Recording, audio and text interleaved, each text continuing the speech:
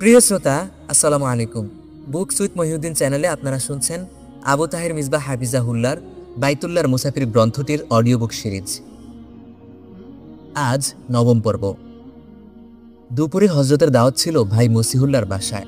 তার আব্বা মাওলানা কারি বেলায়েত সাহেব হজরতের বিশিষ্ট ছাত্র। তারই তত্ত্বাবধানে তিনি বাচ্চাদের কোরআন শিক্ষার নুরানি তালিম প্রবর্তন করেছেন, যা আজ বাংলাদেশে ব্যাপক মাকবুলিয়াত অর্জন করেছে। ভাই মসিহুল্লাহর সঙ্গে আমার পরিচয় ও আন্তরঙ্গতা লালবাগ মাদ্রাসার ছাত্রজীবন থেকে। তিনি এখানে জামিয়া ইসলামিয়ার অধ্যয়ন সমাপ্ত করেছেন এবং স্থায়ীভাবে থাকার ব্যবস্থা করেছেন। তিনি আমাকে বললেন, হজরতের সঙ্গে তার সফর সঙ্গীদের দাওয়াত তো আছেই, তবে আপনাকে আলাদা দাওয়াত। এই আন্তরিকতায় আমি অভিভূত হলাম এবং কৃতজ্ঞতা জ্ঞাপন করলাম। দাওয়াত ছিল দুপুরের। অত্যন্ত আনন্দদায়ক ও তৃপ্তিদায়ক দাওয়াত ছিল। প্রতিটি খাবারের স্বাদে ও গ্রানে যেন দেশের জন্য মন কেমন করে। কই ও পাবদা থেকে শুরু করে মুগ ডাল ও কচুর লতি সবই ছিল। বিছানো দস্তরখানে এবং খাবার পরিবেশনে যেমন মোহাব্বতের প্রকাশ ছিল, তেমনি রান্নায় পরিমিত লবণের সঙ্গে অপরিমিত আন্তরিকতার মিশ্রণ ছিল। মদিনায় আরও কিছু দাওয়াত হজরত কবুল করেছেন, কিন্তু আজকের দস্তরখানে যেমন তৃপ্তির সঙ্গে আহার করলেন, তেমন আর দেখিনি। যেহেতু দস্তরখানের বিষয়ে, সেহেতু আমার কথা একটু আলাদা করে বলা দরকার। অন্যরা শুধু দুপুরের খাবার খেলেন, আমি উত্তম উপলক্ষ বিবেচনা করে দুপুরের সঙ্গে রাতের খাবার যোগ করে নিলাম। পাবদা মাছের ঝোলটা হয়েছিল বেশ মজাদার, আর মুগ ডালের মুড়ি ঘণ্টাটা তো রীতিমতো রসনীয়। কচুর লতির কথা যদি বলতি, সেটা হয়েছিল ঠিক কচুর লতির মতোই। মোট কথা, আলিফ থেকে ইয়া সবকিছু এমন মজাদার ছিল যে কলমের ডগা দিয়ে না লিখে যদি জিহ্বার ডগা দিয়ে লেখা যেত, তাহলে প্রিয় পাঠক, তুমি কিঞ্চিত স্বাদ পেতে পারতে। ভাই মসিহুল্লাহ অন্য একদিন আমার প্রতি আরেকটা দয়া করলেন। মৌসুমের জানান্তা কর ব্যস্ততার মাঝেও তিনি আমাকে জামিয়া ইসলামিয়া দেখাতে নিয়ে গেলেন। যদিও জামিয়া তখন ছুটির নির্জনতায় বিলকুল শুনশান ছিল, তবু পুরো এলাকা ঘুরে দেখতে খুব ভালো লাগলো। পটিয়ার জামিয়া ইসলামিয়ায় যখন দাওরা পড়ি, তখন মদিনার জামিয়া ইসলামিয়ার নামে একটা আবেদনপত্র পাঠিয়েছিলাম। মূল লক্ষ্য ছিল মদিনার স্বপ্ন, যে কোনো উপায়ে আল্লাহ নবীর শহরে হাজির হওয়ার কিসমত যেন হয়। সেই আবেদনপত্রের উত্তর আসেনি, কেননা তা পাঠানো হয়েছিল মানুষের ঠিকানায়। এই সহজ সত্য কথাটি আমরা প্রায় ভুলে যাই যে মানুষের ঠিকানা হলো ভুল ঠিকানা। আজ আমি মদিনায় হাজির হতে পেরেছি, কারণ মদিনার আরজি আমি দাখিল করেছিলাম আসমানের ঠিকানায়। জামিয়া ইসলামিয়ার বিশাল চত্বরে দাঁড়িয়ে এসব কথা মনে পড়ল এবং অন্তরে অন্যরকম এক অনুভূতি ছিল। আমার আল্লাহ যা করেন আমার ভালোর জন্যই করেন, একথা আমার জন্য যেমন সত্য তেমনই সত্য তোমার জন্য। কিন্তু সবসময় আমরা তা বুঝতে পারি না, বুঝলেও মনে রাখতে পারি না। মদিনার স্বপ্নের দিনগুলো যখন স্বপ্নের মতোই ফুরিয়ে আসছিল, তখন হঠাৎ করেই দেখা হয়ে গেল আমার স্বল্প পরিচিত একজন মানুষের সঙ্গে। তার নাম মনে থাকা উচিত ছিল, মনে নেই। তবে নাম ঠিকানা ছাড়াও আল্লাহর কাছে কারো জন্য দোয়া করা যায়, দোয়া করি আল্লাহ যেন তার জন্য মঙ্গল করেন। আমার হৃদয়ের সুন্দর একটা আকাঙ্ক্ষা তিনি পূর্ণ করেছিলেন, যা পরে আর কোনোদিন পূর্ণ করার সুযোগ আসেনি। তিনি বহুদিন মদিনায় থাকেন। তাকে বলেছিলাম মদিনার কোনো গ্রাম এবং গ্রামের জীবন দেখার আকাঙ্ক্ষার কথা। কিতাবে পড়েছি, গ্রাম থেকে সহজ সরল লোকেরা মদিনার বাজারে আসতেন তাদের গ্রামীণ পণ্যদ্রব্য নিয়ে। আল্লাহর রাসূলের জন্য তারা গ্রাম থেকে বিভিন্ন হাদিয়া আনতেন, আর তিনি তা খুশির সাথে কবুল করতেন এবং তাদেরকে শহরের দ্রব্য হাদিয়া দিতেন। আল্লাহর রাসূল একবার মদিনার বাজারে এক গ্রাম্য বেদুইনের সঙ্গে সুন্দর কৌতুক করেছিলেন। তিনি তাকে পিছন থেকে জড়িয়ে ধরে বলেছিলেন, কে এই গোলামকে আমার কাছ থেকে খরিদ করবে? গ্রামের সহজ সরল সাহাবী তখন বুঝতে পারলেন আল্লাহর নবীর পবিত্র দেহ তার শরীরে স্পর্শ করেছে। তখন তিনি আপ্লুত হয়ে আল্লাহর নবীর সঙ্গে আরও নিবিড়ভাবে লেগে থাকলেন আর বললেন, ইয়া রাসূলুল্লাহ, তাহলে তো আপনি আমাকে সস্তা পাবেন। গ্রামের মানুষ যাকে বলে দেখতে সুন্দর, হয়তো তিনি তেমন ছিলেন না, তাই বিষণ্ণ স্বরে কথাটা বলেছিলেন। কিন্তু আল্লাহর প্যারা নবী স্নেহ মমতার পরশ বুলিয়ে তাকে এমন একটা কথা বললেন, যাতে তার কিসমতের সিতারা রওশন হয়ে গেল চিরকালের জন্য। তিনি বললেন, ওয়ালাকিন্নাকা ইনদাল্লাহি লাস্তা বিকাসিদ, কিন্তু আল্লাহর কাছে তো তুমি সস্তা নও। তখন থেকে মদিনার সহজ সরল সাহাবাদের প্রতি আমার অন্তরে সঞ্চারিত রয়েছে অন্যরকম একটা ভালোবাসা, এবং তখন থেকে আমার আকাঙ্ক্ষা, আল্লাহ যদি মদিনার জিয়ারত নসিব করেন, মদিনার গ্রাম দেখতে যাব, নিজের চোখে দেখব মদিনার গ্রামের মানুষ কেমন কেমন তাদের সহজ সরল জীবনযাপন। আমার এই স্বল্প পরিচিত মানুষটি সানন্দে রাজি হলেন। তিনি বললেন, আমি অনেকবার গিয়েছি কাছের এবং দূরের গ্রামে, আমার পরিচিত কিছু পরিবারও আছে সেখানে, আমি নিজের গাড়িতে করে আপনাকে নিয়ে যাব। মদিনার গ্রামের কথা শুনে মাওলানা হাবিবুল্লাহ মেজবাহ মিনতি সুরে বললেন, আমাকে নেবেন আপনার সঙ্গে? খুব খুব ভালো লাগলো তার অভিব্যক্তি এবং মদিনার গ্রামের প্রতি এই অনুরাগ অনুভূতি দেখে। হজরতের অনুমতি নিয়ে বের হলাম। শহর পার হয়ে সুপ্রশস্ত সড়কে গাড়ি যেন হাওয়ায় ভেসে চলল। এটা ছিল মদিনার নিম্ন এলাকা। কিছু দূর পরপর বড় বড় খেজুর বাগান, অল্প কিছু তাঁবু, খেজুর পাতার ছাউনি, 2-4টা কাঁচা ঘর। এই হলো মদিনার গ্রাম। পরিবেশের এই শান্ত নির্জনতা এবং জীবনের এই অনাড়ম্বর ছবি বলে দেয় এখানে যারা বাস করে তারা কত সহজ সরল হতে পারে। 30-40 কিলোমিটার দূরে একটা বড় গ্রামে গাড়ি থামলো। সফর সঙ্গী বললেন, এই গ্রামে আমার পরিচিত একটা পরিবার আছে। এদের আন্তরিকতা মনে রাখার মতো। মরুভূমির মুক্ত নির্মল আবহাওয়া। মূল সড়ক থেকে বেশ কিছু দূর বালুর উপর দিয়ে এসেছে আমাদের গাড়ি। নরম বালুর উপর দিয়ে গাড়ি চলা বড় অদ্ভুত। চাকা দেবে দেবে যায়, আগে যেন বাড়তেই চায় না। সেখান থেকে মূল সড়কের ধাবমান গাড়িগুলো শুধু দেখা যায়, আসছে যাচ্ছে। এখান থেকে আওয়াজ শোনা যায় না। আধুনিক জীবনের সঙ্গে সংযোগ বলতে ওই অতিটুকুই। দূর থেকে গাড়ির নিঃশব্দ ছুটে চলা দেখতে পাওয়া। দূর অতীতের এক টুকরো জীবন যেন তুলে এনে রাখা হয়েছে আমার চোখের সামনে। খেজুর বাগানের শান্ত শীতল ছায়া আমাকে যেন সেই দূর অতীতেরই ছায়া দান করলো। একটা কূপ দেখলাম, সামান্য সামান্য পানি তোলা যায় তা থেকে। একটা বালিকা পানি তুলল। অবাক হয়ে তাকিয়ে থাকলাম। আমি যেন দেখলাম সেই ভাগ্যবতী মেয়েটিকে যে বিবি হালিমার ঘরে কুয়ো থেকে মস্ক ভরে পানি আনত। আমার প্রিয় নবীও সে পানি পান করতেন। আমার প্রিয় নবী তার কোলে দোল খেতেন। হয়তো এমনই ছিলেন সে দেখতে সেই ভাগ্যবতী মেয়ে সায়মা। বেশ কিছু পরিবারের বাস এই গ্রামে। ছোট ছোট ছেলে মেয়ে দল বেঁধে ছোটাছুটি করছে, লুকোচুরি খেলছে। এদেরই বোধহয় বলে প্রকৃতির কোলে প্রতিপালিত মানব সন্তান। গাড়ি দেখে ছেলেমেয়েরা খেলা ছেড়ে গাড়ির পাশে এসে জড়ো হলো। অবাক তাদের চাহনি, নিষ্পাপ কৌতূহল। কখনো তাকায় গাড়ির দিকে, কখনো আমাদের দিকে। এদেশেও গাড়ি তাহলে দেখার জিনিস? যেমন আমাদের দেশে শহর থেকে দূর প্রান্তে কোনো গ্রামে নিষ্পাপ শিশুদের নিষ্পাপ কৌতূহল বড় ভালো লাগলো। আরো ভালো লাগলো তাদের মুখের বিশুদ্ধ ভাষা। যা কিছু জিজ্ঞাসা করি হাসি মুখে উত্তর দেয়, একেবারে কিতাবের ভাষায়। তাদের ডাগর ডাগর চোখের অবাক চাহনি আমাকে মনে করিয়ে দেয় একটি হরিণ শাবকের কথা, যা আমি দেখেছিলাম অনেক বছর আগে আমার কৈশোরে। সেই আশ্চর্য সুন্দর চাহনিটাই যেন ফিরে এসেছে মদিনার এই শিশুদের চোখে। কিছুক্ষণ পর এক বৃদ্ধ এবং তার যুবক পুত্র আমাদের আহলান ওয়া সাহলান বললেন। আরবের 1000 বছরের ঐতিহ্যপূর্ণ স্বাগত সম্ভাষণ। গবেষণা করে দেখা যেতে পারে মেহমানকে স্বাগত জানানোর এর চেয়ে আন্তরিক ও অর্থপূর্ণ সম্ভাষণ পৃথিবীর আর কোনো জাতির ভাষায় আছে কিনা। আহলান ওয়া সাহলান, আপনি আপনার পরিবারে এসেছেন এবং কোমল ভূমিতে পা রেখেছেন। এখানে আপনার হাঁটতেও কষ্ট হবে না, থাকতেও কষ্ট হবে না। ভাব ও আবেগের এমন অপূর্ব নিবেদন দুটি মাত্র শব্দে, আহলান ওয়া সাহলান। পিতা পুত্র আমাদের সাদরে নিয়ে গেলেন তাদের খেজুর ডালের ছাউনি দেওয়া কাঁচা ঘরে। বাইরে যেমন গরম, ভেতরে তেমনই ঠান্ডা। প্রাথমিক আপ্যায়ন হলো দুধ দিয়ে এবং তা আমাদেরই সামনে বকরি দহন করে। তারপর দেওয়া হলো গাছ থেকে পেড়ে আনা কাঁচা পাকা খেজুর। পুরো থোকাটাই রেখে দেওয়া হলো দস্তরখানে। পছন্দ মতো খেতে থাকো পাকা খেজুর বা কাঁচা খেজুর, যেন তুমি নিজেই গাছ থেকে পেড়ে খাচ্ছ। সবকিছুতে এমন সাবলীল আন্তরিকতা যে হৃদয়ের গভীরে গিয়ে স্পর্শ করে। বিভিন্নভাবে বিভিন্ন কথায় তারা আমাদের আগমনে তাদের খুশির অনুভূতি প্রকাশ করলেন। মুগ্ধ বিস্ময়ে আমরা শুধু অনুভব করলাম এবং উপভোগ করলাম। আরবের তাবুবাসী বেদুইনদের মেহমান সেবার অনেক কাহিনী কিতাবে পড়েছি। সেই সব দৃশ্য যেন আমাদের সামনে একে একে জীবন্ত হয়ে উঠতে লাগলো। অল্পক্ষণের মধ্যেই আস্ত দুম্বা ভুনা হয়ে সামনে হাজির। ক্ষুধা ছিল না, তবু সামান্য খেলাম বলে কোনো পিড়াপিড়ি নেই, আবার সবটা খেলেও আপত্তি নেই। এটাই আরব মেহমানদারির প্রধান বৈশিষ্ট্য।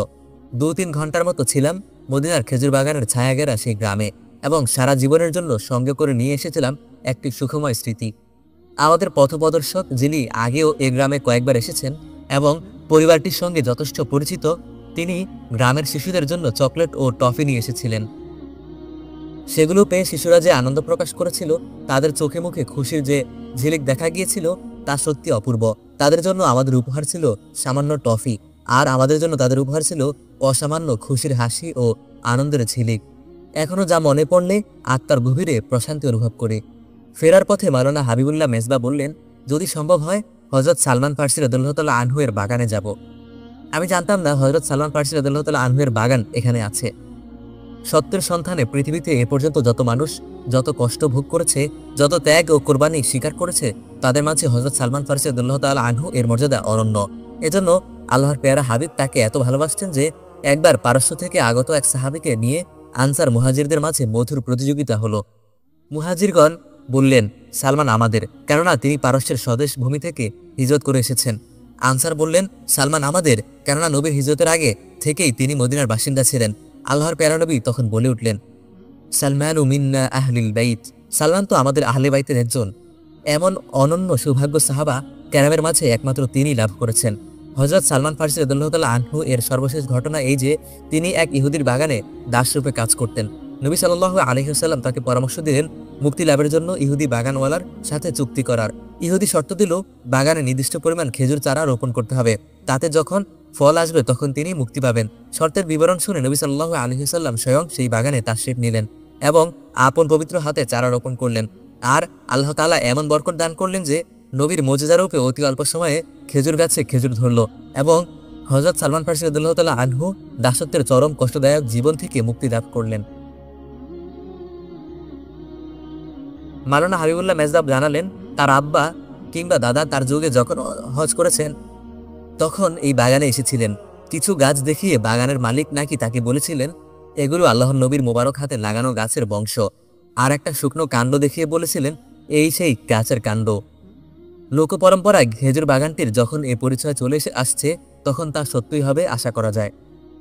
বাগানটি প্রায় বে-আবাদ অবস্থায় এসে পৌঁছেছে, সম্ভবত অনাদর এবং অযত্নের কারণে। এর চেয়ে বড় বড় চিহ্নই তো মুছে ফেলা হচ্ছে, এটা আর বাদ যাবে কেন? ছড়িয়ে ছিটিয়ে কিছু গাছ এখনো আছে এবং তাতে খেজুরও ধরেছে। বাগানের মালিককে পাওয়া গেলে একটা দুটো খেজুর চেয়ে নিতে পারতাম। গাছ এবং গাছের খেজুরগুলোর দিকে আমরা মোহাব্বতের নজরে তাকিয়ে থাকলাম, যদি জয়শ্রুতি সত্য হয় আর কি। আমাদের হাতে আর মাত্র একটা দিন। সুখের দিন দ্রুত ফুরিয়ে যাওয়ার কথা সাহিত্যের পাতায় পড়েছি, জীবনের পাতায় কখনো তার অভিজ্ঞতা হয়নি। আজ বুঝলাম সাহিত্যের পাতায় যা লেখা হয় তার সব অবাস্তব নয়। কিভাবে কোন দিক দিয়ে দিনগুলো পার হয়ে গেল এবং রাতগুলো হারিয়ে গেল। কি জন্য এসেছিলাম? ভুল হলো, আমি আসিনি, দয়া করে আল্লাহ তাআলা এনেছেন। কি জন্য আল্লাহ তাআলা এনেছিলেন আর আমি কি করলাম? জীবনের এমন সৌভাগ্যের দিনগুলো এমন গাফলতে, এমন অবহেলায় হারালাম। হায়, কবি কি আমাদের মতো দুর্ভাগাদের কথাই বলেছেন তার কবিতায়? বাগানে ফুল ফুটেছিল, কোথায় ছিল প্রজাপতি? তুমি এলে না, ফুল ঝরে গেল, বসন্তের হলো ইতি। এখনো আছে বাগানে ঝরা ফুল, শুকনো পাতা, যাও না উড়ে, শুনতে পাবে বিগত বসন্তের কথা। স্বপ্ন দেখেছিলাম জিয়ারতে মাদিনার, স্বপ্ন দেখেছিলাম সবুজ গম্বুজের। স্বপ্নের মধুর বেদনায় কেটেছে দিনের পর দিন। জীবনের অনেকগুলো বসন্ত পার হয়েছে ফুল ও ফুলের সুবাস ছাড়া। তারপর ঝিরঝির করে রহমতের বৃষ্টি বর্ষিত হলো। আমার স্বপ্নের বাগানে সবুজ বৃক্ষের শাখায় একটা কলি দেখা দিল, কিন্তু স্বপ্নের কলি ফুল হয়ে ফোটার আগেই আমার দুর্ভাগ্যের ঝাপটায় তা বৃত্তচ্যুত হলো। একদিন বাদশাহ যেমন ছিল তেমনই ভিখারি হয়ে গেল নিজের অবহেলা এবং নিজের নির্বুদ্ধিতায়। কিন্তু রহমতের দুয়ার বন্ধ হলো না, রহমতের দুয়ার কখনো বন্ধ হয় না। আকাশ থেকে আবার করুণা বর্ষিত হলো, স্বপ্নের বাগানে আবার কলি দেখা দিল এবং এবার তা পুণ্যে প্রস্ফুটিত হলো। ভিখারি আবার রহমতের নবীর দরবারে হাজির হলো। জামানার শ্রেষ্ঠ আশিকে নবীর সোহবত লাভেরও সৌভাগ্য হলো, কিন্তু গাফলতের ঘোর থেকে বের হয়ে আসা সম্ভব হলো না। আর মাত্র একটা দিন আছে আমার সামনে। প্রতিজ্ঞা করলাম আজকের দিনটিকে অন্তত চেষ্টা করব কিছু অর্জনের, কিছু ক্ষতিপূরণের। তুমি তৌফিক দান করো হে আল্লাহ। এশার পর হযরতের সঙ্গে মুসাফিরখানায় ফিরে এলাম। আল্লাহর শুকর, আজ রাতে ডাকতে হলো না, নিজে নিজেই ঘুম ভাঙলো। হযরতে মোনাজাতে ছিলেন, মোনাজাত শেষে আমাদের জাগাবেন যেমন প্রতিদিন করেন। আজ আগেই জেগেছি দেখে খুশি হলেন এবং শাবাশি দিলেন। বুড়োর ডাক শোনার আগেই জোয়ান জেগে যাবে, শাবাশির মতো কাণ্ডই বটে। হযরতের পেছনে পেছনে রওনা হলাম। বাবু সালাম তখনও খোলা হয়েছে। পশ্চিম থেকে পূবের সোজা পথ যেন সিরাতুল মুস্তাকিমের বাস্তব নমুনা। দুরু দুরু বুকে ধীরে ধীরে অগ্রসর হলাম রহমাতুল্লিল আলমিনের মহান দরবারের উদ্দেশ্যে। হযরত আমাদের সামনে, আমরা তার পেছনে। এ পথে তিনি পুরনো পথিক, এ দরবারের তিনি বৃদ্ধ পথিক। তার পেছনে থাকা নিরাপদ। আমরা হাঁটতে জানি না, তিনি যেভাবে হাঁটেন সেভাবে হাঁটার চেষ্টা করি। আমরা দাঁড়াতে জানি না, তিনি যেভাবে হাঁটেন দাঁড়ান সেভাবে দাঁড়াবার চেষ্টা করব। দুরুদ ও সালামের নজরানা কিভাবে পেশ করতে হয় জানি না, তিনি যেভাবে পেশ করেন সেভাবে করার চেষ্টা করব। তাতে হয়তো আমাদেরও নজরানা কবুল হবে। হে আল্লাহর নবী, আপনাকে সালাম। হে রহমতের নবী, হে পাপী তাপির সুপারিশকারী, আপনাকে সালাম। রোজ হাসরে উম্মতি উম্মতি বলে হে বেকারার নবী, আপনাকে সালাম, আপনাকে সালাম। হে শ্রেষ্ঠ উম্মাদ, হে সিদ্দিকে আকবর, আপনাকেও সালাম। হিজরতের পথে নবীর সঙ্গদানকারী এবং নবীর জন্য সর্বস্ব কোরবানকারী হে আবু বকর, আপনাকে সালাম, আপনাকে সালাম। উম্মতের দ্বিতীয় সর্বোত্তম হে ফারুকে আজম, আপনাকে সালাম। খেজুর তলায় দুলিশ সজ্জায় শয়নকারী এবং তাগুত ও শয়তানের মাঝে ত্রাস সৃষ্টিকারী, হে ওমর ইবনুল খাত্তাব, আপনাকে সালাম, আপনাকে সালাম। হজরতের সোহবতে হজরতের পেছনে আমাদেরও জিয়ারত সম্পন্ন হলো। হৃদয় ও আত্মা আজ অনেক বেশি তৃপ্ত হলো, অনেক বেশি প্রশান্তি লাভ করলো। আসমান থেকে যেন অন্যরকম সান্ত্বনা বর্ষিত হলো। মনে হলো গরিব বান্দার শূন্য পাত্র দেখে হয়তো দাতার দানের ভাণ্ডারে জোশ এসেছে, হয়তো ভিখারির করুণ দশায় রহমতের দরিয়ায় জোয়ার এসেছে। হজরত ইচ্ছা করলেন আজ তিনি সুফার চত্বরে বসবেন। আমরাও তার অনুগামী হলাম এবং সেখানেই তাহাজ্জুদের নামাজ আদায় করলাম। আরও 2-3 বার সুফায় হজরতের সোহবতে বসেছি। হজরতের জবানে আহারে সুফার বিভিন্ন হালাত ও ঘটনা শুনেছি, বারবার পড়া কাহিনী, বারবার শোনা ঘটনা, কিন্তু সুফার মাকামে হজরতের জবানে প্রতিটি ঘটনা যেন অন্যরকম এক নুরানিয়াত নিয়ে উদ্ভাসিত হয়। কবির ভাষায়, একই পানশালায় একই পাত্রে সেই পুরনো শরাব, তুমি কে হে নতুন সাকি, নতুন নেশায় মজলো স্বভাব। এটাই সত্য, শরাবের নেশা জমে সাকির পরিবেশন গুণে, অতীতের গুণাবলিতে, ঘটনাবলিতে নুরানিয়াতের উদ্ভাস ঘটে। যিনি ঘটনা বলেন তার দিলের নূর থেকে। হজরত হাফিজি হুজুরের সোহবতে এ সত্য বারবার উপলব্ধি করেছি, তাই একই ঘটনা হজরতের জবানে বারবার শুনতে ইচ্ছা করত। আজও প্রতীক্ষায় ছিলাম, হয়তো তিনি কিছু বলবেন এবং বললেন, তবে অন্য কথা, এমন কথা যা কিছুক্ষণের জন্য আমাকে নির্বাক করে দেখেছিল। আমার ভেতরে তখন অপূর্ব এক পুলক কম্পন সৃষ্টি হয়েছিল। হজরত বললেন, মৌলভী আবু তাহের, তোমার জন্য একটা দোয়া করতে চাই। বলো, কি দোয়া করব? হে আল্লাহ, এটা কি তোমার পক্ষ হতে নেমে আসা পরীক্ষা না সৌভাগ্য? আমি তো বুঝতে পারছি না কি বলা উচিত। একবার মনে হলো বলি, আপনার যা ইচ্ছা সেই দোয়া করুন। হঠাৎ তিনি জেগে উঠলে একটা কথা, ভয়ে ভয়ে কম্পিত কণ্ঠে নিবেদন করলাম, হজরত, দোয়া করুন আমার জবানে এবং কলমে যেন ইলমের চশমা এবং নূরের ফোয়ারা জারি হয়। হজরত মৃদু হেসে বললেন, আচ্ছা, এই দোয়া করব। তারপর আমার নিজের পক্ষ হতে একটি দোয়া করব। সাহস হয়নি, তাই কখনো জিজ্ঞাসা করিনি, হজরত আমার জন্য কি দোয়া করেছেন। শুধু প্রার্থনা করি, হে আল্লাহ, তোমার প্যারা বান্দা তোমার এই গুনাহগার বান্দার জন্য যখন দোয়া করেছেন, সব তুমি কবুল করো, তোমার শান মোতাবেক কবুল করো, আমিন। আরজ করলাম, হজরত, কিভাবে চাইতে হয়, কিভাবে পেতে হয়, আমি তো কিছুই জানি না, আমাকে শিখিয়ে দেবেন? তিনি বললেন, ইয়াহি বেকাসি ওয়াবে আসি আল্লাহকে হুজুর মে পেশ কর দা। এই নিঃস্বতা ও রিক্ততায় আল্লাহর কাছে পেশ করে দাও। বান্দার এই মিসকিন অনুভূতি আল্লাহর খুব পছন্দ। ইশরাক পর্যন্ত হজরত সোফায় অবস্থান করলেন। তারপর মাওলানা আতাউল্লাহ সাহেব হজরতকে নিয়ে ফিরে গেলেন। সময় যত কমে আসুক, ঘড়ির কাঁটা যত দ্রুত চলুক, আমার মতো গাফেল ইনসান সেখান থেকেও আরাম ও বিশ্রামের জন্য সময় কেটে নিয়ে আসে। জানি না মৃত্যুর আগের রাত্রিটিও কি ঘুমের শিকার হবে। হে আল্লাহ, তোমার রহমতে আমার আঞ্জাম যেন নেক হয়, যারা আমিন বলবে তাদেরও আমিন।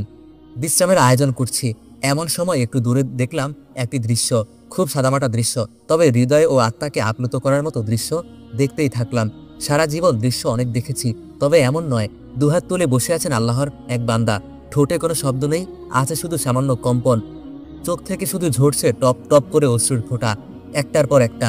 হে আল্লাহর বান্দা, জানি না তুমি কোন দেশের কোন গোত্রের, কি তোমার ভাষা, কি তোমার পরিচয়, তবে আজীবন আমি তোমার কাছে কৃতজ্ঞ থাকলাম। তোমার অজ্ঞাতে তোমার অশ্রুবিন্দুগুলো দ্বারা নিজেকে সিক্ত করে নিলাম। খুব গভীর ঘুম ছিল, তবু বলবো না, গাফলতের ঘুম ছিল। কেন নিজের বিরুদ্ধে নিজে সাক্ষী দিতে যাব? আমি তো দোয়া করে বিশ্রামের নিয়তে ঘুমিয়েছিলাম। আল্লাহ যদি কবুল করেন তাহলে তো এই ঘুমই হয়ে যাবে ইবাদত। আল্লাহর রহমতের কাছে কেন আমি আশা করব না? অবশ্যই আশা করব। জোহর আদায় করার পর হিসাব করে দেখলাম আসর, মাগরিব, এশা, ফজর ও জোহর এই 5 ওয়াক্ত মসজিদে নববীতে আদায় করা সম্ভবত কিসমতে আছে। হৃদয়ে অদ্ভুত এক ভাবের উদয় হলো। বাকি সময়টুকু একা থাকবো আল্লাহর নবীর মসজিদে, কারোর সঙ্গে দেখা করব না, এমনকি হযরতের সঙ্গেও না। শুধু আমি থাকবো এবং আমার হৃদয় থাকবে। আজ আমি শুধু আমার নিঃসঙ্গতার সঙ্গী হব। কে যেন বলেছেন, আব তো আজা, আব তো খালওয়াত হো গাই। এখন তো এসো হে প্রিয়তম, এখন তো হয়েছে একান্ততা ও নির্জনতা। সকালে আল্লাহর বান্দাকে কাঁদতে দেখেছিলাম, আমি কি পারবো না দুহাত তুলে তেমন করে কাঁদতে, তেমন করে ফোঁটা ফোঁটা অশ্রু ঝরাতে? মসজিদে নববীতে আমি রেখে যেতে চাই আমার শেষ কান্না, শেষ অশ্রুবিন্দু। যদি কান্না না আসে, শুকনো চোখ যদি অশ্রুতে না ভেজে, এই মসজিদের শাহানশাহ বলেছেন, ফাইন্নাম তাবকু ফাতাবাকাউ, কাঁদতে যদি না পারো কান্নার ভান করো। সুবহানাল্লাহ। এরপরে কি আমরা বুঝবো না রহমানুর রহিম আল্লাহ দিতে চান যে কোনো সুযোগে, যে কোনো উপায়ে এবং যে কোনো বাহানায়? তাই তো রহমতের নবীর মাধ্যমে চাওয়ার এবং পাওয়ার কত রকম কৌশল শিখিয়েছেন তিনি তার বান্দাকে। আল্লাহ যেন বলছেন, আমার নেক বান্দারা কেঁদে কেঁদে বুক ভাসায়, আমার আযাবের ভয়ে, আমার রহমতের আশায় অশ্রু ঝর্ণা বহায়। তোমার তো হে বান্দা সে তাওফিক হয় না, তোমার বুকে তো কান্না জমে না, তোমার চোখ থেকে তো অশ্রু ঝরে না। শক্ত তোমার দিল, মুর্দা তোমার কলব, অনুভূতিহীন তোমার হৃদয়। তবু হে বান্দা, তোমাকে আমি দিতে চাই রহমতের জোয়ারে, তোমাকেও আমি ভাসিয়ে নিতে চাই। এক কাজ করো, কাঁদতে পারো না, কান্নার ভান করো।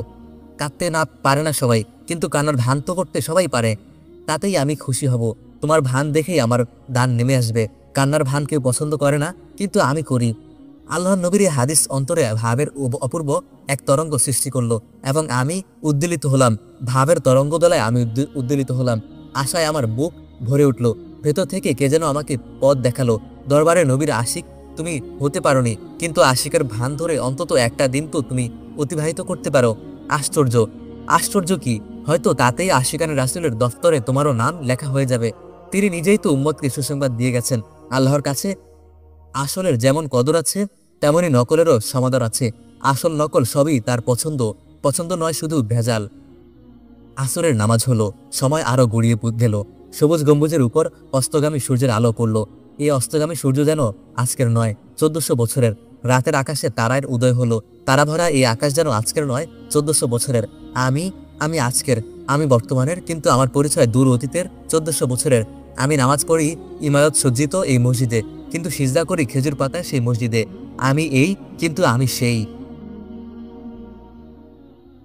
ঈশার নামাজের পর হযরতের সঙ্গে দেখা করলাম মসজিদের ওই স্থানে যেখানে বসে তিনি সবসময় জিয়ারত করেন সবুজ গম্বুজের। তিনি আমার দিকে তাকালেন, কিছু যেন জিজ্ঞাসা করবেন, কিন্তু করলেন না। আমি আরজ করলাম, হযরত, শেষ রাতটা মসজিদে থাকতে চাই, বাইরে টিনের ছাউনির নিচে। তিনি অনুমতি দিলেন। মুসাফিরখানায় ফিরে এলাম। কিছু শুকনো খাবার ছিল, তিনি আমাকে দিলেন। তা নিয়ে মসজিদে নববীর উদ্দেশ্যে রওনা হলাম। মদিনা শরীফের প্রথম দিনই হযরত বলে দিয়েছিলেন নজর নিচের দিকে রেখে চলার কথা। তিনি বলেছিলেন নজরের খেয়ানত সবসময় এবং সবখানেই কবিরা গুনাহ, কিন্তু হজের সময় পবিত্র ভূমিতে আরো বড় গুনাহ, আরো বড় বরবাদির কারণ। কিন্তু আজ নিজের অজান্তেই ব্যাকুল ব্যথিত দৃষ্টি চারদিকে সবকিছু অনুসরণ করতে লাগলো। আগামী রাতে আমার এই পথে আর হাঁটা হবে না। মুসাফিরখানায় সামনে এই যে মাঠ, সকালে বিকালে ছোট্ট ছোট্ট ছেলেমেয়েরা খেলাধুলা করে, সন্ধ্যা থেকে গভীর রাত পর্যন্ত বড়দের এবং বুড়োদের কফি ও গল্পের আসর বসে, এই মাঠ আমি আর দেখতে পাবো না। এই যে একটু দূরে আধুনিক বুকশপ মাকতাবাতুস সফা, ওই যে ওখানে দিনী কিতাবের বিশাল কুতুবখানা মাকতাবাতুল ঈমান। প্রতিদিন এখানে ওখানে কত রকম কিতাব দেখেছি, আর কিতাব সংগ্রহের অপারগতায় আফসোস করেছি। এখানে আর আসা হবে না।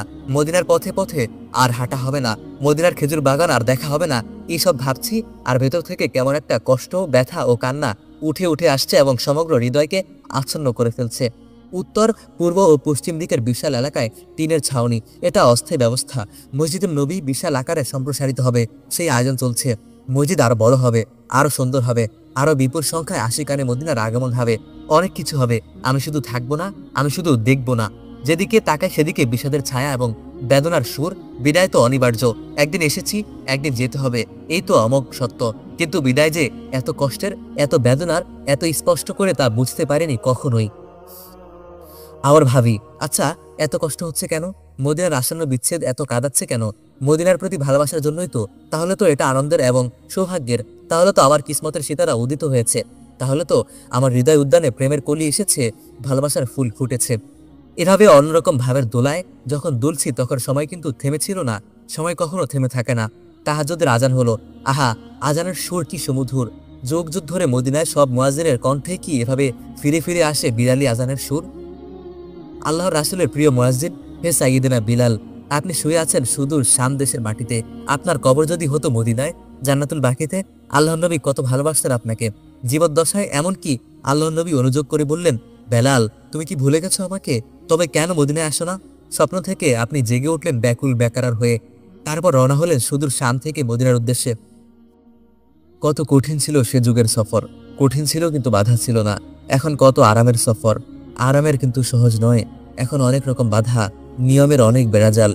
সুদূর সামদেশ থেকে আপনি ছুটে এলেন আপনার প্রিয় মদিনায়, জিয়ারত করলেন প্রিয় হাবিবের কবর। তারপর ঘটল সেই ঘটনা যা ইতিহাসের পাতায় বারবার পড়েছি, অনেকের মুখে অনেকবার শুনেছি। প্রিয় নবীর আদরের নাতি মা ফাতেমার কলিজার টুকরা ইমাম হাসান হোসেন আবদার জানালেন আজান দেওয়ার। সে আবদার রক্ষা না করে কি পারা যায়? অনেক দিন, হ্যাঁ অনেক দিন পর মদিনার আদা বাতাসে আপনার কণ্ঠের আজান ধ্বনিত হলো, আর মদিনার ঘরে ঘরে কান্নার রোল পড়ে গেল। পেয়ারা নবীর নুরানি জামানা শুধু আপনার আজানের সুর ধরে যেন ফিরে এলো। তাই মদিনায় কান্নার রোল পড়ে গেল। মদিনার যুবক বৃদ্ধ সবাই ছুটে এলো, আপনাকে বুকে জড়িয়ে ধরে যার যার হয়ে কাঁদতে লাগলো। আপনাকে আবার ফিরে যেতে হলো জিহাদের ডাকে, কিন্তু আপনার আজানের সুর রয়ে গেল মদিনায়। এত যুগ পরে আজও আমরা শুনতে পাই মদিনায় আজানে আপনার আজানের সুর। আর দুটি মাত্র আজান আমি শুনতে পাবো মদিনায়। বাবে সালাম দিয়ে প্রবেশ করলাম। এখন আমি জিয়ারত করব, তবে বিদায়ের জিয়ারত নয়। আরও সুযোগ আছে আমার জিয়ারত করার, আরও একবার, হয়তো আরও কয়েকবার। সোজা পথ ধরে ধীরে ধীরে এগিয়ে গেলাম। সামনে আজ হযরত হাফিজি হুজুর নেই, তাহলে কে পথ দেখিয়ে নিয়ে যাচ্ছেন? আসল কথা শোনো বন্ধু, সবকিছু হলো পর্দা। তুমি নেককার, আমি বদকার, এটা সত্য। তবে এটাও সত্য যে তুমি যার বান্দা, আমিও একই তারই বান্দা। তোমাকে যিনি পথ দেখান, আমাকেও তিনিই পথ দেখান। আজ এই একা একা জিয়ারত আমি যেন পর্দার আড়ালের সেই সত্যকে অন্তর দিয়ে অনুভব করলাম। হাত ধরে পথ দেখিয়ে কেউ যেন নিয়ে গেল এগিয়ে। আমার না হলো ভয়, না হলো দ্বিধা সংকোচ, আমি যেন একটা আশ্বাস বাণী পেলাম। চলো বান্দা, এগিয়ে চলো, আমার হাবিবের দরবারে সালামের নজরানা পেশ করো। আদবের যদি ভুল হয় ভয় করো না, আমি মাফ করে দেব। আমার আল্লাহ আমার সব, এছাড়া যা কিছু তা হলো পর্দা। আমার প্যারা রাসূল আমার সব, এছাড়া যা কিছু সব হলো পর্দা। পর্দার অবলম্বন অবশ্যই আমার প্রয়োজন, কিন্তু মাকসুদ আমার পর্দার আড়ালের সত্য, অন্য কিছু নয়। সেই পরম সত্যের একটুখানি স্পর্শ যেন আজ লাভ করলাম এই একা একা জিয়ারতে। হে আমার প্রিয় ভাই, যতবার তুমি তোমার প্যারা হাবিবের দরবারে হাজির হবে, যতবার তুমি সালামের নজরানা পেশ করবে, অন্তরের অন্তঃস্থল থেকে যদি বলতে পারো, হে আল্লাহ, আমি জানি না তুমি আমাকে তোমার প্যারা হাবিবের জিয়ারত করিয়ে দাও, তাহলে তোমার কোনো ভয় নেই। তিনি তোমাকে পথ দেখিয়ে নিয়ে যাবেন প্যারা হাবিবের দরবারে। তোমার মনে হবে তুমি একা নও, তিনি আছেন তোমার সঙ্গে। তখন তুমি অর্জন করবে নতুন কিছু, নতুন স্বাদ, নতুন আনন্দ, নতুন অনুভব অনুভূতি এবং আলোর নতুন উদ্ভাস। আজকের জিয়ারত আমার জন্য নিয়ে এলো তেমনই এক নতুন প্রাপ্তির প্রশান্তি। সবই আমার আল্লাহর দান, সবই আমার আল্লাহর করুণা ও মেহেরবানি। শুকর আলহামদুলিল্লাহ। রওজাতুল জান্নায় বসার নসিব আবার কি না হয় জিয়ারতের পর, তাই রওজাতুল জান্নায় প্রবেশ করলাম। রওজাতুল তাহাজ্জুদ আদায় করে কিছুক্ষণ তেলাওয়াত করলাম। তারপর প্রাণ ভরে সবকিছু দেখলাম। উসওয়াতানা আয়েশা, উসওয়াতানা উস্তুয়ানা আবুল বাবা, উস্তুয়ানা হান্নানা এবং উস্তুয়ানানুল অফুদ, একে একে প্রতিটির উপর কোমল করুণ দৃষ্টি বলালাম। আল্লাহর নবীর মেহরাব দেখলাম আদব ও মোহাব্বতের নজরে। প্রাণ ধরে দেখলাম সবকিছু সম্ভবত বিদায়ে দেখা। সামনে জল জল করে যেন নূরের হরফে সেই লেখা হাদিস, সেই পরম আশ্বাস বাণী, মা বাইনা বাইতি ওয়া মিনবারি রাওদাতুম মিন রিয়াদিল জান্নাহ। আমার ঘর এবং আমার মিম্বারের মাঝখানে যা কিছু আছে তা জান্নাতের একরা বাগান। রহমানের রহিমানা শান ভেবে কুল কিনারা পাই না। দুনিয়াতেই জান্নাতের বাগিচা কেন সাজালেন তিনি? বান্দার প্রতি এত দয়া, এত মায়া। বিশাল কোনো আয়তন নয় এই জান্নাতের বাগিচা, মাত্র কয়েক গজের ছোট্ট একটা খণ্ড। কিন্তু আল্লাহর এমন একজন বান্দা তুমি খুঁজে পাবে না যিনি দরবারে মদিনে এসেছেন অথচ জান্নাতের বাগিচায় প্রবেশের এবং অন্তত 2 রাকাত নামাজ আদায় সৌভাগ্য তার জোটেনি। লক্ষ লক্ষ আশিক বান্দা আসেন এবং এক টুকরো জান্নাতের বাগিচায় প্রবেশ করেন। নেককার বান্দা তিনিও প্রবেশ করেন, গুনাহগার বান্দা সেও প্রবেশ করেন, পাপের পঙ্কিলতা ডুবে যাওয়া বান্দা সেও বাদ পড়ে না। আল্লাহর কুদরত ছাড়া এ কিভাবে সম্ভব? আল্লাহর দয়া ও রহমত ছাড়া এ কিভাবে সম্ভব?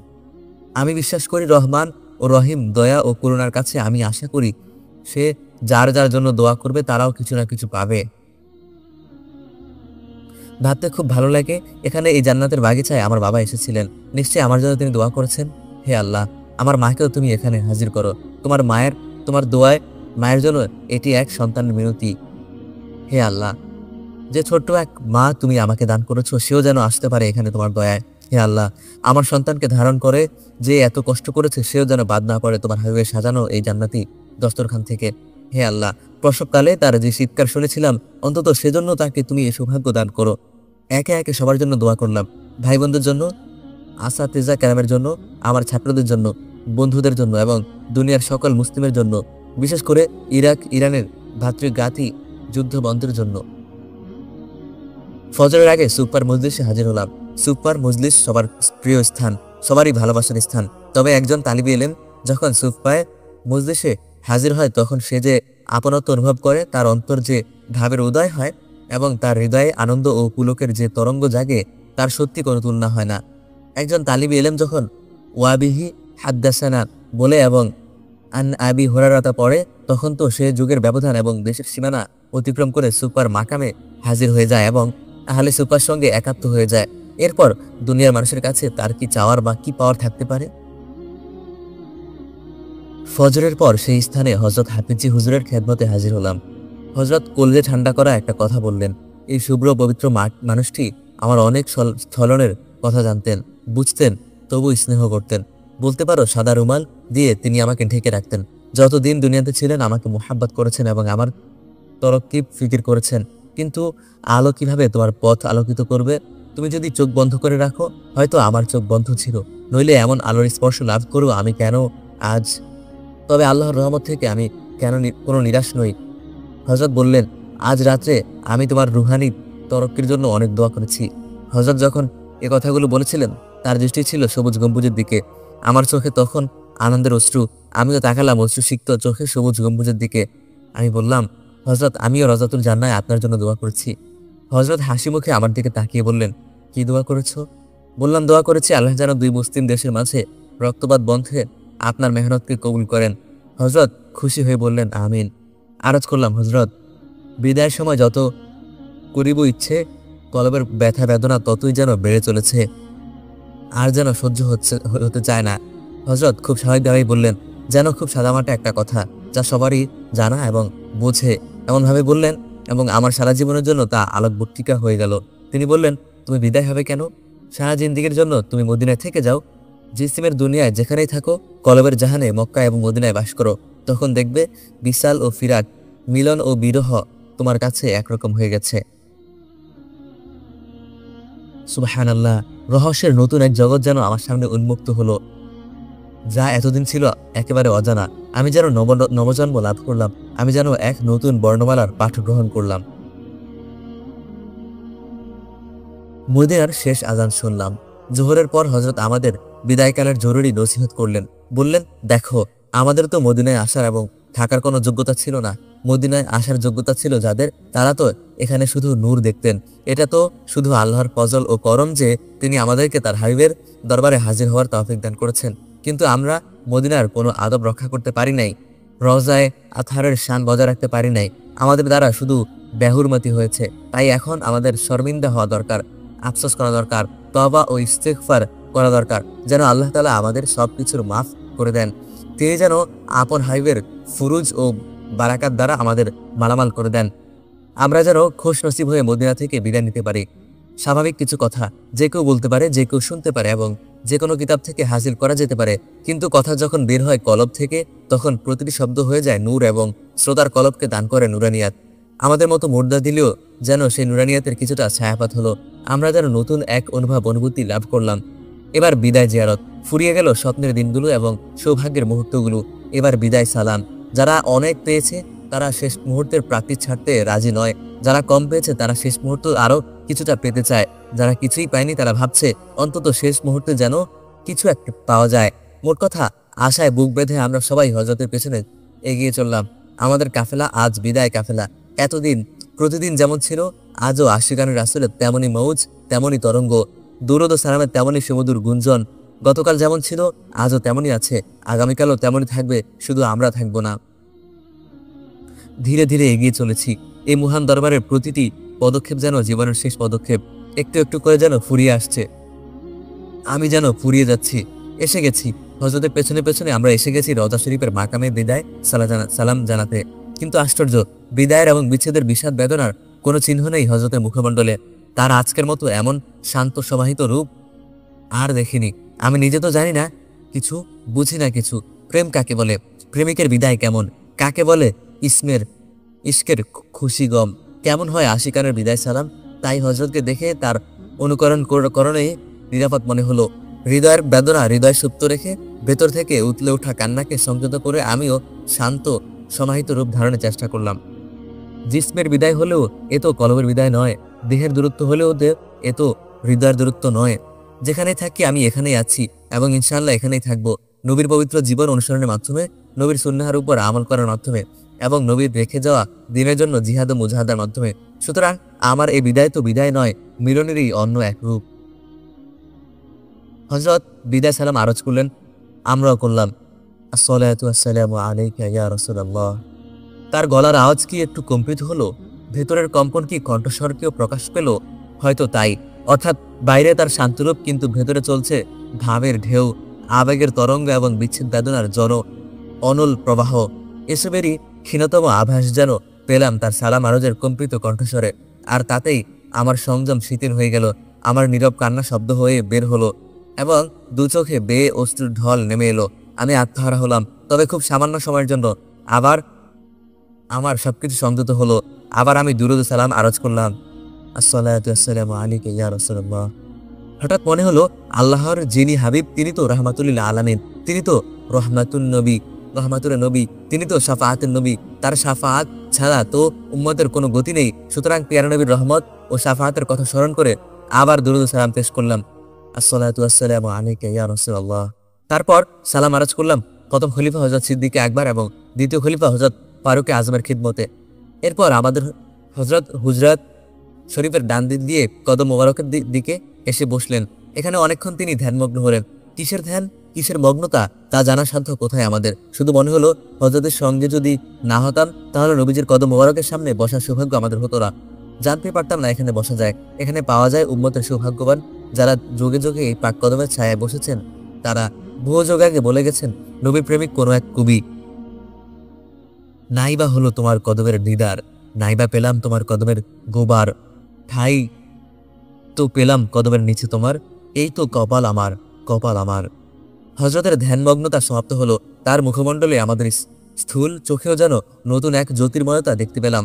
হয়তো কদম মোবারকের সান্নিধ্যের জ্যোতির্ময়তা। তখন আমরা সঙ্গে ছিলাম। এই অনুভূতি এখনো হৃদয়ে আনন্দের পুলক শিহরণ জায়গায়। বাবে জিবরিল দিয়ে বের হয়ে হযরত একটু দাঁড়ালেন। নির্বিশেষ দৃষ্টিতে পূর্ব দিকে তাকিয়ে থাকলেন। ধীরে ধীরে তার চোখ আবার অশ্রুসিক্ত হলো।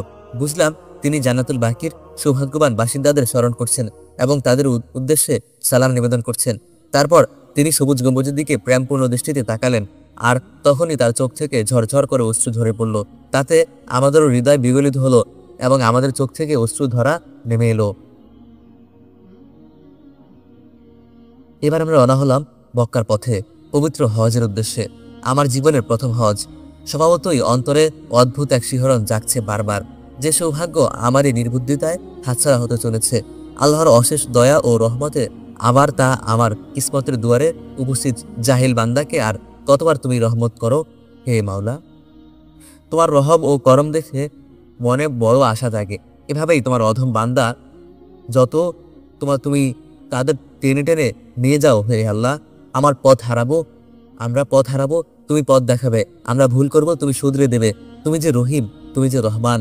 মদিনা শরীফ থেকে বিদায়ের বেদনা অন্তরে অবশ্যই ছিল, কিন্তু এই আনন্দের অন্তরে পরিপূর্ণ ছিল যে এখন আমাদের সফর হবে আল্লাহর ঘরের উদ্দেশ্যে। লাব্বাইক আল্লাহুম্মা লাব্বাইকের ঝান্ডা নিয়ে আগামী সূর্যোদয়ের আগে ইনশাআল্লাহ আমাদের নসিব হবে বাইতুল্লাহর দিদার। হৃদয়ের গভীর বেদনার সঙ্গে আনন্দের এই যে অপূর্ব মিলন, তার অনুভূতি অন্তত আমার পরিচিত কোনো বর্ণমালায় প্রকাশ করা সম্ভব নয়। শুধু প্রার্থনা করি হে ভাই, এই মিলনের স্বাদ ও শান্তি আল্লাহ যেন তোমাকেও দান করেন। তখন শুধু ভুলে যেও না এই অভাগা ভাইকে। মাটির উপরে কিংবা নিচে যেখানেই থাকি, তোমার কাছ থেকে কিছু উপহার যেন আমার নামে আসে। যুগের যত দীর্ঘ ব্যবধান হোক তোমার আমার মাঝে, আমি তোমার জন্য হে ভাই দোয়া করেছি, তুমি আমার জন্য দোয়া করো। ধীরে ধীরে সবুজ গম্বুজ থেকে দূরে চলে এলাম। চলে আসতে হলো। বারবার ফিরে তাকাই এবং দেখতে পাই, একসময় আর দেখতে পেলাম না। তবু বারবার ফিরে তাকাই এবং মিনার দেখতে পাই, একসময় আর দেখতে পেলাম না। হৃদয়ের পর্দায় তবু যেন আছে সবুজের ছোঁয়া। আমার হাবিব, আবার আমি আসবো ইনশাআল্লাহ, আবার আমি আসবো।